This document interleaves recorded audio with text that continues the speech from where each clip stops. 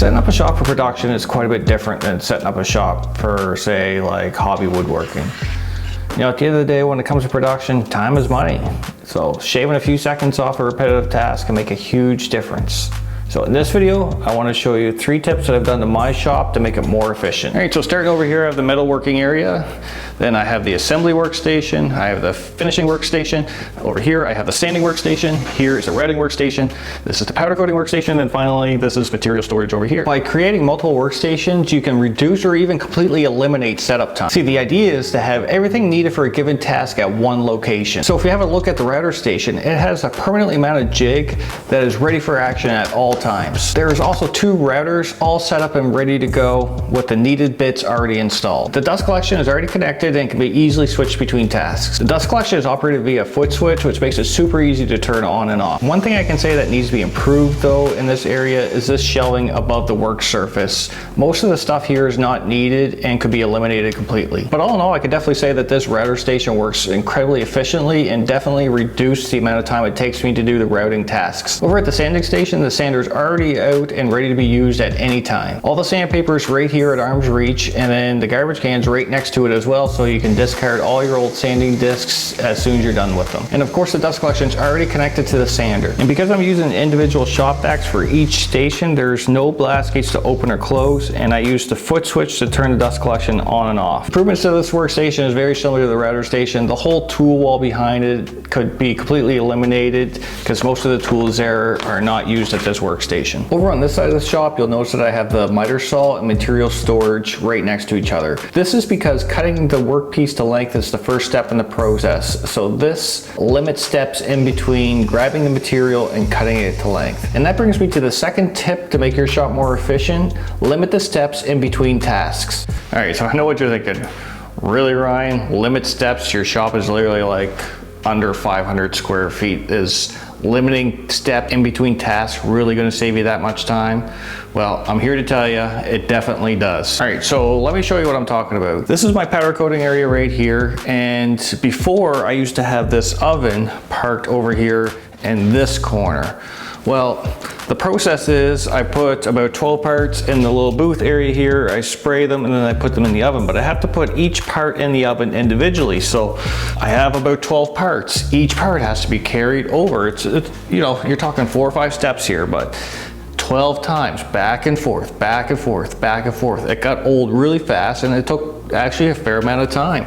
Now the oven is right next to where the part is being sprayed, which obviously makes sense, but I have completely eliminated the steps in between the tasks. Another great way to reduce steps is to make sure you have what you need at each workstation. Now it sounds simple enough, but you'd be surprised how much time you waste looking for and walking around your shop looking for the stuff you need to do a particular job. For instance, one of the things I noticed that when I'm working here at the finishing area and here at the assembly area, I used a lot of paper towel, but not thinking about it, you know, I store the paper towel way over here on this shelf, but furthermore, I store the garbage can way over in this corner.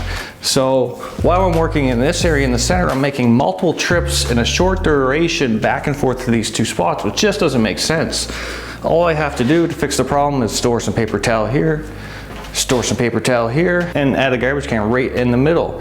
And that limits a whole bunch of time and makes things a lot more efficient. I know this seems so logical, but the thing is you'll be surprised how many things in your shop you do this on multiple occasions and you never ever fix the issue. So it's just a matter of getting that mindset of fixing those inefficiencies in your shop. The thing is, it takes me roughly about 1 hour to build one of the products I sell online. Well, if I could reduce that to say 45 minutes, that means I've reduced the labor to build that product by 25%, which would obviously be pretty amazing.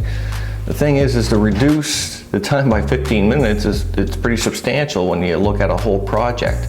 But if instead of looking at the whole project, you look at, say, saving 1 minute off of 15 different operations, well, that's a lot easier because you're literally looking at shaving seconds off an individual task. So the best way you can do that is probably my last and final tip: standardize your operations. All right, so what do we exactly mean by that? I mean, as soon as you get to the shop, you need to know exactly what you're doing. You don't want to be wasting a bunch of time thinking about what needs to be done, or worse even yet, making bad parts. This is actually something I've given a lot of thought to in my shop because, well, to be honest with you, it's probably where I have the most to gain. One of the first improvements I did to standardize my operations is to make story sticks or measuring sticks opposed to running a measuring tape. This is actually something I should have done a long time ago because having a measuring stick almost completely eliminates measuring errors. And even though the measurements I'm making are very repetitive and done almost every time I'm in the shop, I was still constantly making errors, and this is very costly, not only in time but also in material. Another great way to standardize your operations is make custom jigs for a given task. Now obviously I've already gone over the router one, but another spot where I could really use a jig is over at the assembly table. And this is because the glue up seems to be a source of error for me. When I'm doing the glue up process, I get a little bit of misalignment between my two pieces, and it can add a lot of extra time to the process. This means it's probably worth the time to come up with a jig that allows me to effortlessly glue my two pieces of wood together without any possibility of error. And finally, when you're trying to standardize your operations, you're going to want to write it down. And that's because you may find a product that doesn't sell as much as the other ones, and you may go a long period of time without building it. And well, let's face it, you're just going to forget. You're going to forget things like common measurements, the order of operations, and you're going to forget those little process tips that really make a difference on speeding things up. So your best bet, it doesn't have to be super detailed, but to write down some kind of SOP, which is a standard operating procedure of how to build your item. All right guys, so that's my 3 tips for making your shop more efficient. Now I gotta admit, I'm actually pretty green at this as well. I've only kind of converted my shop into a production style shop, let's say 5-6 months ago. So, you know, I'm not creating a crazy amount of production of this shop, but I am producing some. And it's been really fun to think about all these minor details in your shop to make it more efficient. So anyways guys, I'm Ryan Nodlow. Thanks for watching.